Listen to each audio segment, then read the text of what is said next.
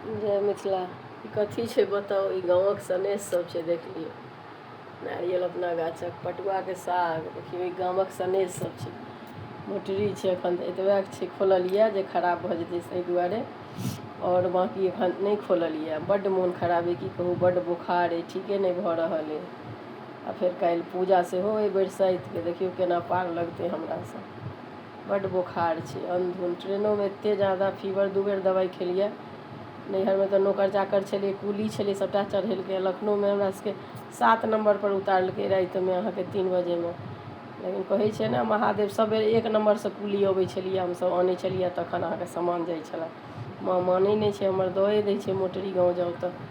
लेकिन महादेवके एहन इच्छा छलै जे एतेक बोखार छलै, उतरलहुँ आ तुरन्त कुलीके ओतऽ ठाढ़ केने रहथि। तुरन्ते कुली आयल, तुरन्ते ऑटोवला, सभटा बुझियौ एतेक नीकसँ, एतेक बोखारोमे। तऽ अपने ढूँढऽ पड़ैए कुली, ऑटो, सभटा चीज।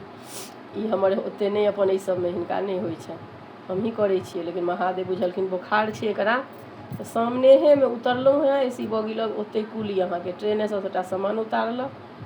आ तखन एलहुँ ततेक बढ़िआँसँ, 4 बजेमे घर एलहुँ। रातिके कहलहुँ ई खराब भऽ जेतै तऽ एकरा निकालि देलियै, बाँकी तऽ छै खराब होइवला नहि, तऽ बादमे होइत रहतै अहाँके। तऽ मायक सनेश छै इएह, मोटरीसभ। जय मिथिला।